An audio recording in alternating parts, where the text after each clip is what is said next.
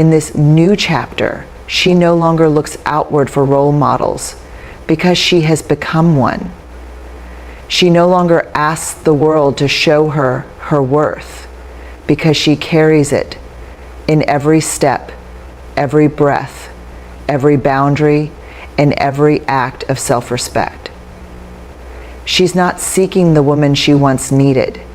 She is her now, and that may be the most powerful thing she's ever done. Her strength isn't just in how far she's come, but in how she uses her journey to create light for others. Whether it's through her words, her energy, her boundaries, or her story, she becomes an anchor. Not perfect, not invincible, but grounded, real, fully herself. She stops apologizing for her sensitivity. She no longer hides her intensity, her intuition, or her softness. What was once used against her is now her greatest asset because it allows her to feel deeply, to connect genuinely, to live honestly. Most importantly, she makes peace with her past, not because it was fair or painless or forgettable, but because it shaped her into the woman who can now stand with open hands and an open heart and say, I am not who they said I was. I am who I decided to become. Not because everything went right, but because she kept showing up day after day, even when no one was watching, even when she was scared. She starts to trust her voice, not just for herself, but because she knows what it's like to be silenced. She honors her boundaries because she remembers how it felt to be constantly overrun. She nurtures her dreams because for so long, her survival came before her desires. She encourages others, especially women walking through their own storms, because she remembers what it felt like to have no one in her corner. And through this deep remembering, she transforms into a sanctuary for herself and sometimes for others. She doesn't try to save people, but her presence speaks loudly. I've been there, I see you, and you are not alone. In the final, most empowering phase of her transformation, something extraordinary happens. She begins to embody the version of herself that her younger self so desperately needed. She no longer simply heals for herself. She becomes the protector, the guide, the nurturer, the voice, and the strength that she wished someone had been for her during her darkest moments. She becomes the living proof that it's possible to rebuild from the ashes, not as the person she once was, but as someone even more whole, more grounded, and more aligned with truth. This becoming doesn't happen all at once. It emerges slowly, through the weight of experiences carried and the wisdom gained through pain. She remembers the days she cried alone, the moments she begged the universe for answers, the nights when she doubted she would ever feel joy again. And now, when she looks in the mirror, she sees someone who made it. The people who hurt her may never see her growth. They may never acknowledge the damage they caused, but she doesn't need them to. She's no longer building her life on borrowed validation or unfinished conversations. She's building it on truth, on trust in herself, and on the quiet knowing that she doesn't need closure to heal. She only needs courage. And she has more than enough of that now. She closes the chapter not because the story was neatly tied, but because she is ready to write a new one. She stops waiting for someone else to admit they were wrong so that she can feel right. She no longer seeks comfort in what's broken. She chooses clarity instead. They didn't love me the way I deserved. That is enough. That clarity hurts, but it also heals. She reclaims her narrative. She lets the pain become her teacher, not her identity. She forgives, not for them, but for herself, so she no longer carries the poison of resentment. She accepts that there are some things she may never understand, but she no longer lets that uncertainty keep her stuck. And in that act of emotional independence, she gains more than any apology could ever offer. She gains herself, her strength, her clarity, her future. She becomes grounded in her own truth, unshaken by what others refuse to own. And then one day, quietly, she chose differently.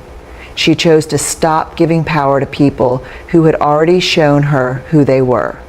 She chose to stop searching their silence for signs of remorse. She chose to stop rereading old messages, overanalyzing conversations, or wondering what she could have done better. Not because the pain didn't matter, but because she did. Her peace did. Her future did. She began to understand that closure is not something others give. It's something she creates.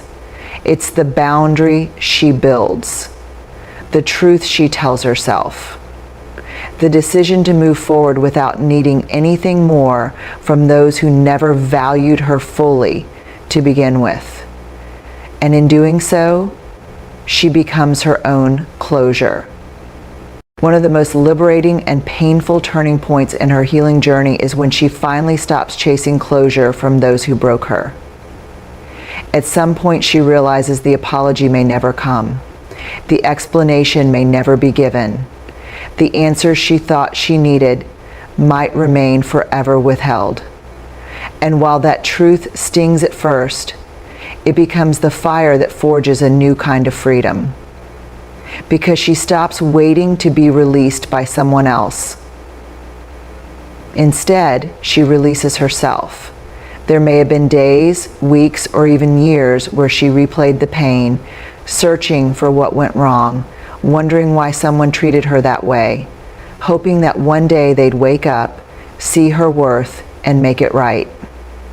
That longing kept her emotionally tethered to people who had already walked away, or worse, stayed without care.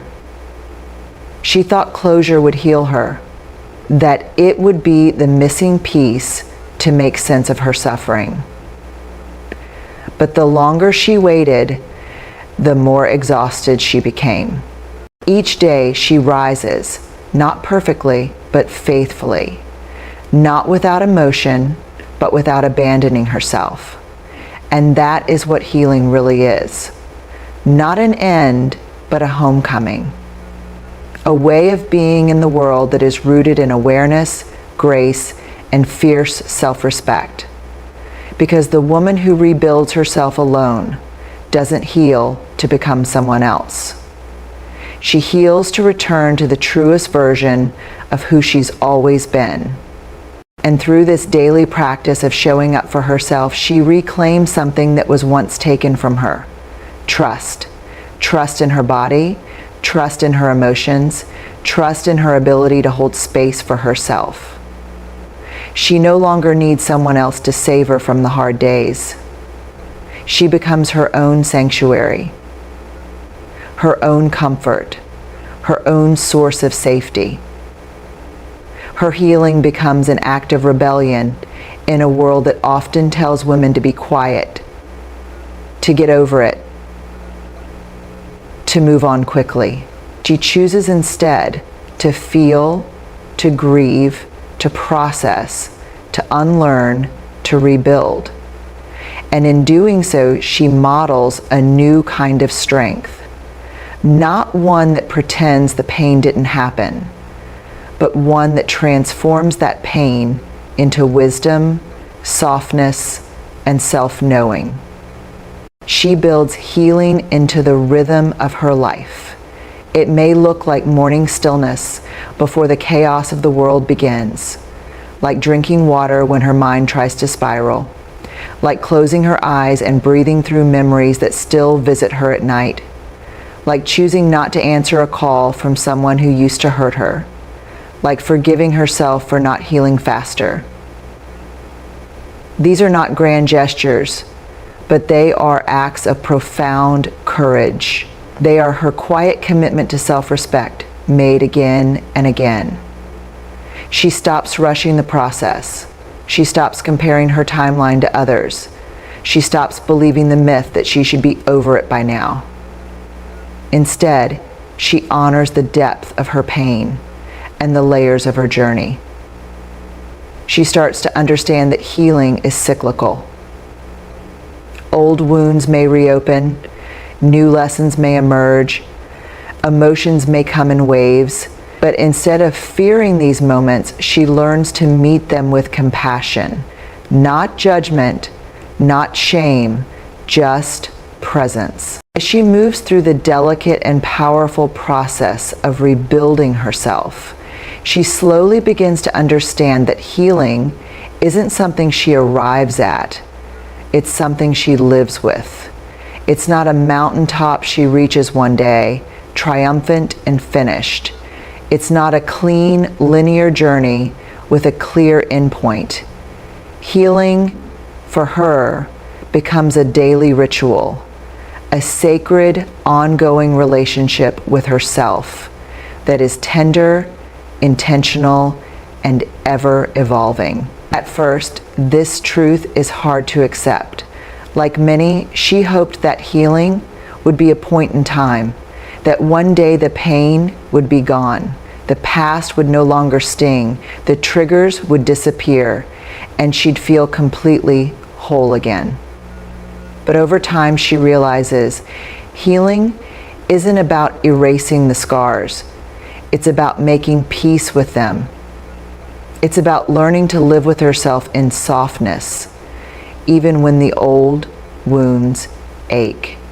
It's about showing up day after day, not to fix herself, but to care for her. And through this inner shift, she no longer fears being seen. She doesn't shrink to keep others comfortable. She doesn't dim her light to fit in. Instead, she radiates authentically, quietly, boldly, because she knows her worth doesn't require an audience. It just requires her own acknowledgement. In learning to celebrate herself without permission, she takes back what was always hers: the right to be proud, to take up space, and to feel deeply deserving of the life she's rebuilding. On her terms, in her time. 4. Celebration becomes a spiritual act, not for the ego, but for the soul. It affirms that she no longer waits to be picked, chosen, or affirmed by others to feel complete. She affirms herself. She claims her space. She allows joy in, not because everything is perfect, but because she is no longer punishing herself with perfectionism. She also learns to detach from the cultural narrative that tells women to stay humble by staying invisible. She no longer feels guilty for taking pride in her growth. She understands that her celebration is not arrogance. It's evidence that she's alive, aware, and honoring what once felt impossible. She knows now that celebrating herself doesn't mean she thinks she's better than others. It means she finally realizes she is enough. As she is, no one claps for these moments. There are no cameras, no crowds, no social media highlight reels. And yet, they matter deeply. So she starts to honor them, not with fanfare, but with presence. Maybe it's a quiet acknowledgement, a whispered "I'm proud of you" to herself in the mirror. Maybe it's lighting a candle and sitting with gratitude. Maybe it's writing in her journal, tracking her evolution, not in grand achievements, but in emotional honesty.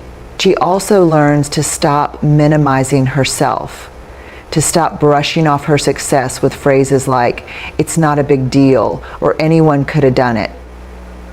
No, she did it. She endured.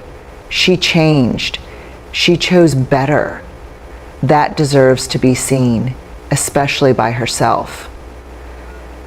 She stops needing others to validate her worth because she finally realizes she is the only one who lives her entire journey, Only she knows the depths she's risen from. Only she knows how hard it was to choose healing over numbness, self-respect over codependency, truth over silence.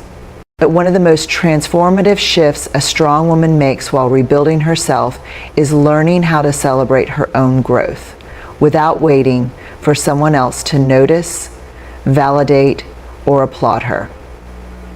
In the past, she may have relied heavily on external affirmation to feel worthy. She may have waited for praise from others to feel seen, or for approval to feel like her progress was real.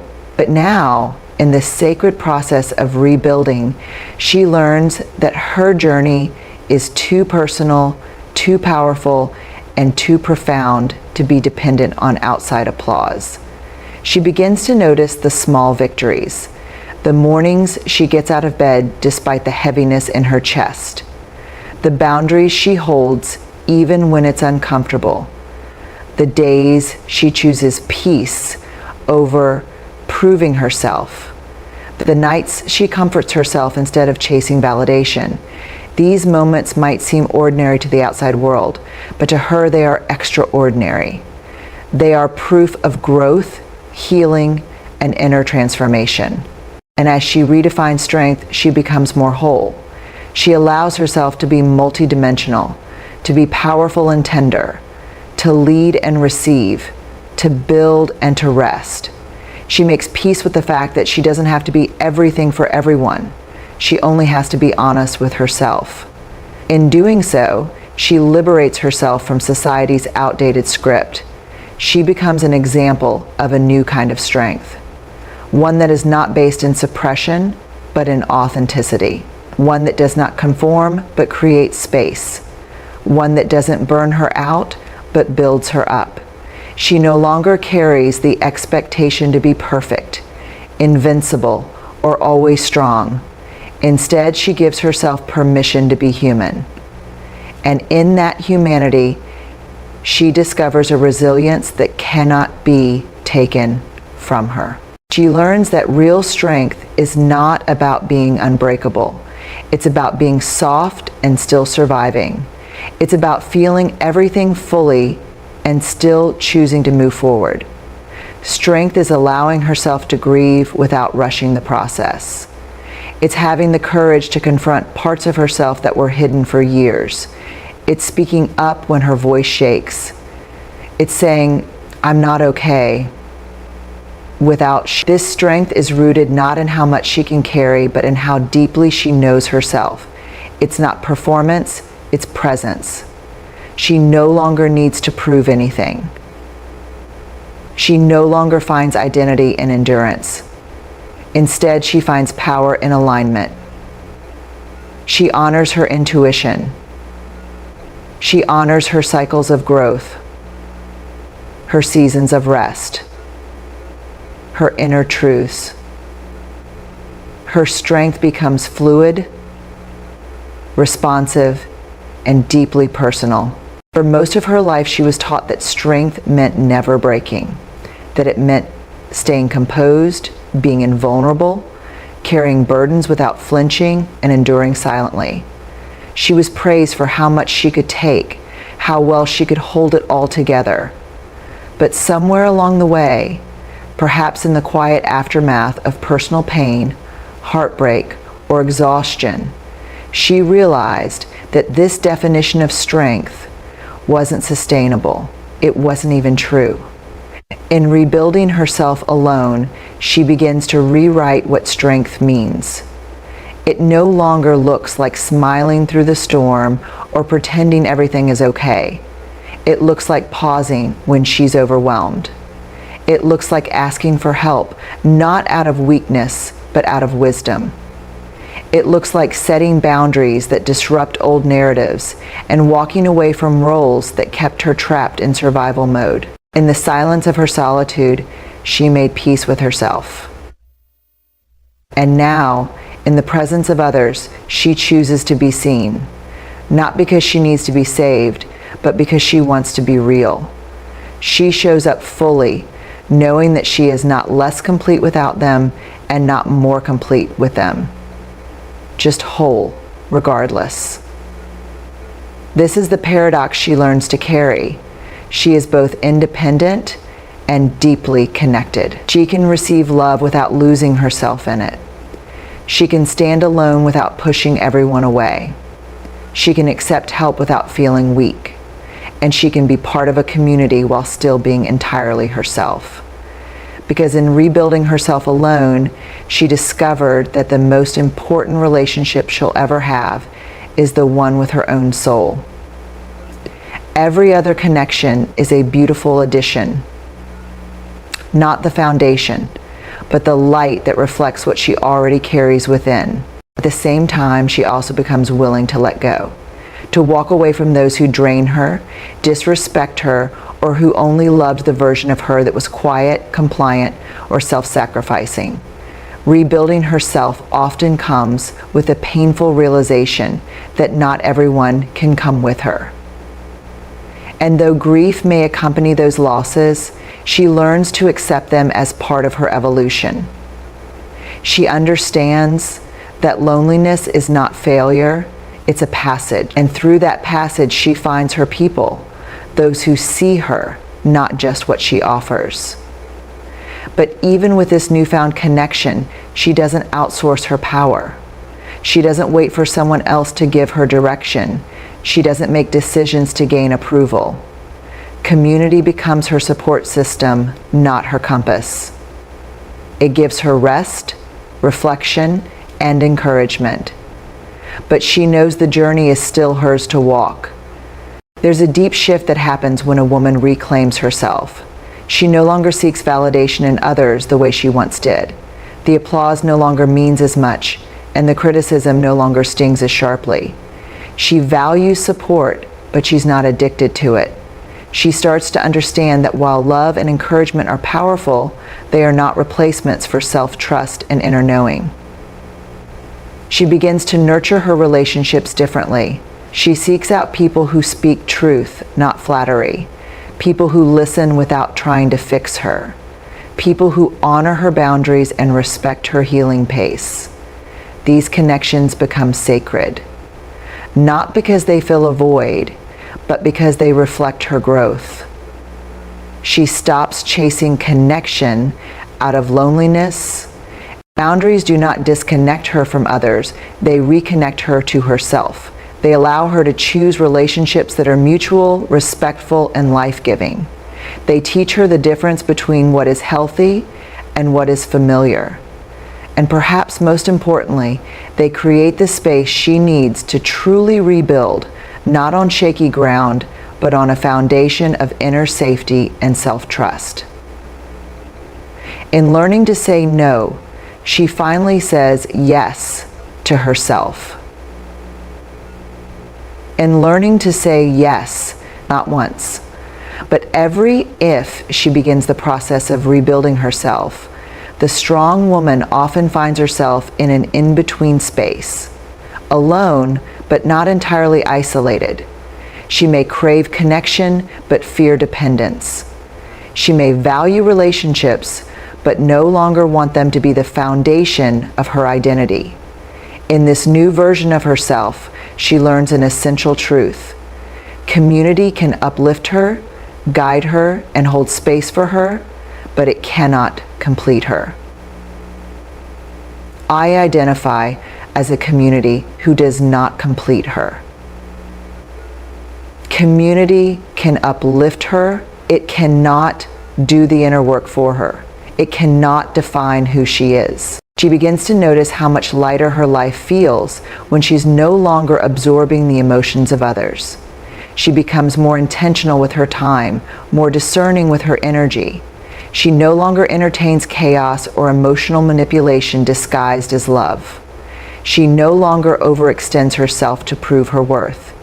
She stops explaining her choices to people committed to misunderstanding her. Her boundaries become filters that protect her from emotional noise so she can hear herself more clearly. And slowly, those boundaries create a new kind of freedom. A freedom where she is no longer defined by obligation, guilt, or fear of disappointing others. A freedom where she can rest without apology, love without losing herself, give without being emptied, and dream without asking for permission. Setting boundaries becomes her act of self-respect, not loud or aggressive, but clear, firm, and rooted in deep self-awareness. She begins to ask herself, what do I need? What drains me? What restores me? And most importantly, what am I no longer available for? It isn't easy. Boundaries challenge old dynamics. They disappoint people who were used to her self-sacrifice. Some may call her distant, cold, or unkind, but she learns that the discomfort of holding a boundary is far less painful than the cost of living without one. She no longer sees boundaries as rejection, but as redirection, a way of telling herself, I matter, my needs matter, my healing matters. For the woman who chooses to rebuild herself alone, boundaries are not walls meant to isolate. They are sacred lines drawn to protect her peace, energy, and healing. After everything she's been through, whether it's betrayal, abandonment, burnout, or personal loss, she begins to recognize that self-preservation is not selfishness. It is survival. It is healing. It is the quiet discipline of protecting what she is still learning to value within herself. Before, she may have said yes too quickly. She may have prioritized the needs of others over her own. She may have tolerated disrespect, manipulation, or neglect just to keep the peace, to feel loved, or to be seen. But rebuilding herself requires that she do something radically different. It requires that she choose herself. And perhaps the most powerful part, she gives herself grace during the rewriting. She doesn't expect perfection from her new story. She knows some chapters will still be hard. Some days will still feel uncertain. But now she's the one narrating it. Now she's the one choosing which pages to turn, which words to keep, and which scripts to finally let go of. Because when a woman becomes the author of her life, she doesn't just survive, she creates. She builds a life that's not just lived, but deeply felt. She no longer chases worth, she defines it. And in doing so, she doesn't just rebuild herself, she reclaims everything she was always meant to be. She starts designing her life, not out of fear or compliance, but from a place of alignment and clarity. Self-authorship also means that she holds herself accountable. She no longer blames others for her stagnation. She doesn't wait for external rescue. She understands that no one is coming to save her, and in that truth, she finds power. She gives herself permission to evolve, to grow out of relationships, to change direction, to disappoint others if it means staying true to herself. This is a space where she can find truth. She becomes the editor of her boundaries and the architect of her healing. For the strong woman who rebuilds herself alone, self-authorship is essential. She's often emerged from a place where her voice was silenced, her dreams minimized, or her identity overlooked. She may have been the caregiver, the partner, the pleaser, the perfectionist, roles that served others but drained her spirit. And so, her rebuilding begins with authorship, with claiming her voice, her desires, her beliefs, even when they challenge the status quo.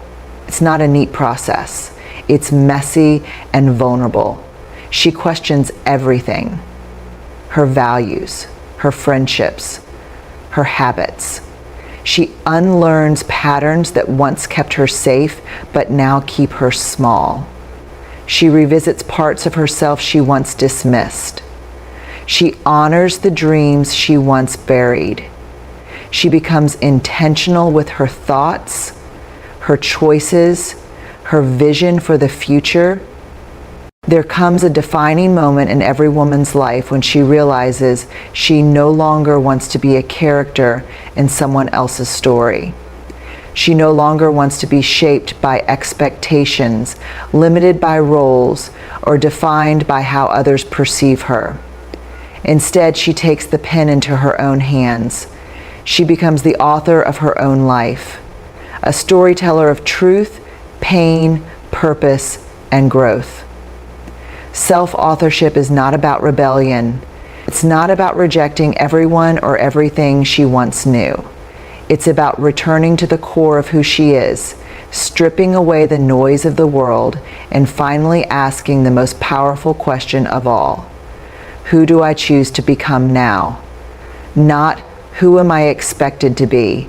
Not who am I expected to be? But who am I beneath it all? The nonlinear nature of resilience also exposes her to grace. She stops comparing her journey to others. She stops measuring her value by productivity or perfection. She begins to trust that her pace is her own, and that it's okay to move slowly, to move sideways, or to stand still when necessary. Because the woman who rebuilds herself understands that resilience is not a destination, it's a rhythm, it's a heartbeat. It's a promise she makes to herself, not once, but every single day. And each time she breaks and rebuilds, she doesn't become weaker. She becomes more fluid in her own strength, more rooted in her own truth. That's the beauty of nonlinear resilience. It doesn't just restore who she was. It reveals who she's always been becoming. Every breakdown becomes part of the map, not a sign that she's lost, but a reminder that healing takes time and that becoming whole isn't a race. This nonlinear journey teaches her things that the straight path never could. She becomes more patient with herself. She starts listening more closely to what her body and heart are telling her. She discovers that strength isn't just about pushing through. It's also about knowing when to pause, when to breathe, and when to rest. And maybe most importantly, she learns that falling apart is not the opposite of growth. It's often the beginning of it. There are days when she wakes up full of determination, ready to conquer the world. And then there are days when getting out of bed feels like a mountain. There are moments when she's proud of how far she's come, only to be followed by moments of self-doubt so loud they drown out every previous victory. Resilience, in her case, is not the absence of struggle. It's the decision to return to herself again and again, even when she's tired, even when it's hard, even when no one sees her trying. She learns that progress doesn't mean never falling. It means learning how to fall softer, how to get back up quicker, how to be kinder to herself when she stumbles. She begins to realize that the backward steps don't erase the forward ones. Every detour, every delay. By choosing vulnerability over denial, she invites in growth, self-trust, and clarity. She doesn't numb the pain. She learns to live beyond it. This is how she begins to rebuild, not as someone broken, but as someone whole enough to hold both her pain and her promise in the same breath. And in that breath, she rises. By choosing vulnerability over denial, she invites in growth, self-trust, and clarity. She doesn't numb the pain. She learns to live beyond it. This is how she begins to rebuild, not as someone broken, but as someone whole enough to hold both her pain and her promise in the same breath. And in that breath, she rises. There's a pivotal moment in every journey where pretending no longer serves us, where we stop wearing the armor and instead sit down with the truth. That moment, though frightening, is where transformation starts. For the strong woman, vulnerability becomes her tool, not to be rescued, but to rescue herself. She stops waiting for others to understand her pain and instead uses her own self-awareness to understand herself more deeply. She begins to heal by telling the truth, first to herself, and then, if she chooses, to the world.